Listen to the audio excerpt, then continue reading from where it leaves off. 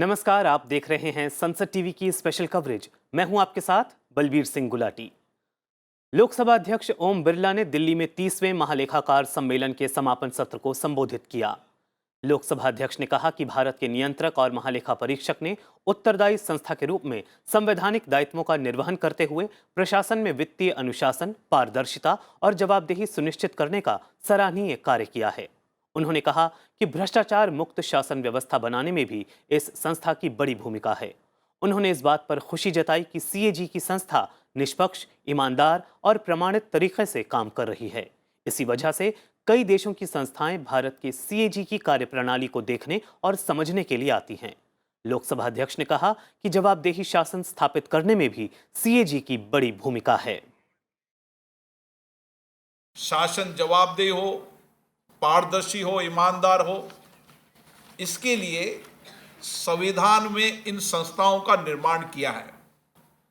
और मुझे गर्व है कि आज़ादी के पहले जब हमारा पूरक बजट 172 करोड़ था और आज हमें खुशी है कि हमारा बजट 39,44,909 करोड़ का बजट है। ये हमारी आर्थिक ताकत बढ़ी है, लेकिन उसके साथ साथ आपकी जिम्मेदारी भी बढ़ी है। एक भ्रष्टाचार मुक्त शासन व्यवस्था अगर खड़ी करनी है तो आपकी सबसे बड़ी जिम्मेदारी है।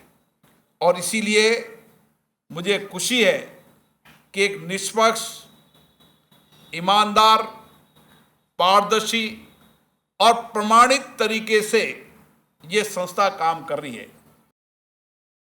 लोकसभा अध्यक्ष ने कहा कि बजट के अंतिम दिनों में बजट का ज्यादा खर्च होना भी चिंता की बात है और इस पर भी विशेष ध्यान देने की आवश्यकता है।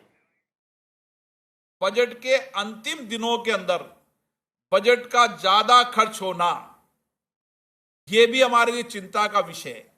जब बजट आवंटित होता है उसके वर्ष भर हर महीने उस बजट का ठीक से आवंटित होने के साथ साथ किस महीने कितना खर्च होना चाहिए, यह भी हमारी ऑडिट में विशेष रूप से आप तीखी और पैनी नजर से देखते होंगे, लेकिन इस पर भी विशेष ध्यान देने की आवश्यकता है। और इसीलिए समय समय सरकार ने शुचिता लाने के लिए टेंडर प्रक्रिया के अंदर ऑनलाइन सिस्टम किया है। और टेंडर के साथ साथ हमारे चाहे इंफ्रास्ट्रक्चर हो, इंफ्रास्ट्रक्चर की क्वालिटी हो, और उसके साथ साथ कल्याणकारी, लोक कल्याणकारी नीतियां, कार्यक्रम, इसके बारे में भी जो धन जिन कल्याणकारी योजनाओं के लिए पहुंचना चाहिए उसके सामाजिक आर्थिक आकलन भी हमें करना चाहिए। राज्यसभा सभापति जगदीप धनखड़ ने विभिन्न संसदीय समितियों के अध्यक्षों से मुलाकात की। इस दौरान रेल संबंधी स्थायी समिति के अध्यक्ष राधा मोहन सिंह, सामाजिक न्याय और अधिकारिता संबंधी समिति के अध्यक्ष रमा देवी, रसायन और उर्वरक संबंधी समिति के अध्यक्ष डॉक्टर शशि थरूर, आवासन और शहरी कार्य संबंधी समिति के अध्यक्ष राजीव रंजन सिंह उर्फ लल्लन सिंह, ऊर्जा संबंधी स्थायी समिति के अध्यक्ष जगदम्बिका पाल, स्वास्थ्य और परिवार कल्याण संबंधी समिति के अध्यक्ष भुवनेश्वर कलिता, गृह कार्य संबंधी समिति के अध्यक्ष ब्रजलाल, कार्मिक लोक शिकायत विधि और न्याय संबंधी समिति के अध्यक्ष सुशील कुमार मोदी, विदेशी मामले संबंधी समिति के अध्यक्ष पीपी चौधरी और पर्यटन, परिवहन और संस्कृति संबंधी समिति के अध्यक्ष वी विजयसाई रेड्डी मौजूद रहे। संसद भवन परिसर में सोमवार को महत्वपूर्ण संसदीय समिति की बैठक हुई।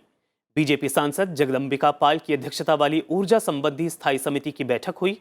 इस दौरान नवीन और नवीकरणीय ऊर्जा मंत्रालय, भारतीय अक्षय ऊर्जा विकास एजेंसी और solar energy corporation of India limited के प्रतिनिधियों की ओर से देश के अक्षय ऊर्जा क्षेत्र में भारतीय अक्षय ऊर्जा विकास एजेंसी और solar energy corporation of India limited की कार्यप्रणाली और भूमिका के बारे में जानकारी दी गई।